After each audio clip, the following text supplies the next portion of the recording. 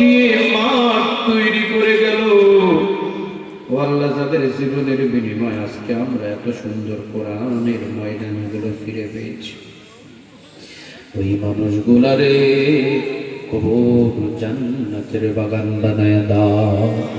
শুধু বাগান বানায় না, কিয়ামতের ময়দানে বিনা হিসাবে জান্নাতে যাওয়ার জন্য সুযোগ করে দিও।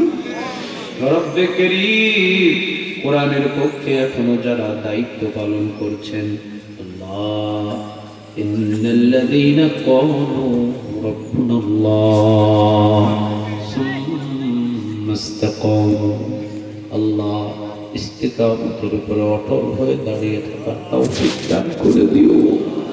হামলা আসবে, মামলা আসবে, জেল আসবে, জুলুমি হবে, পৃথিবীর আযাব আমাদের উপরে চাপিয়ে দেওয়া হবে, এরপরেও যেন কোরআন হাদিস থেকে আমরা সরে না যাই।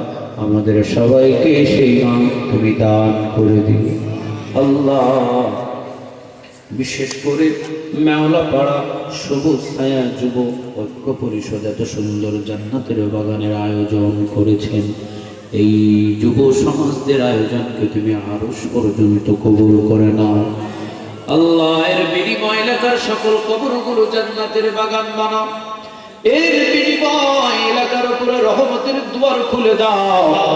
এই কবরগুলো জান্নাতুল ফেরদাউসে পরিণত করে দাও। যেই ঐক্য পরিষদ, এই সবুজ ছায়া, যেই যুবকেরা আল্লাহ যদি কামাই রুজি না থাকে চাকরির ব্যবস্থা করে দাও, হায়াতের ভিতরে বৃদ্ধি করে দাও। কেউ যদি লেখাপড়া করে, আল্লাহ লেখাপড়ায় উন্নতি তুমি দান করে দাও।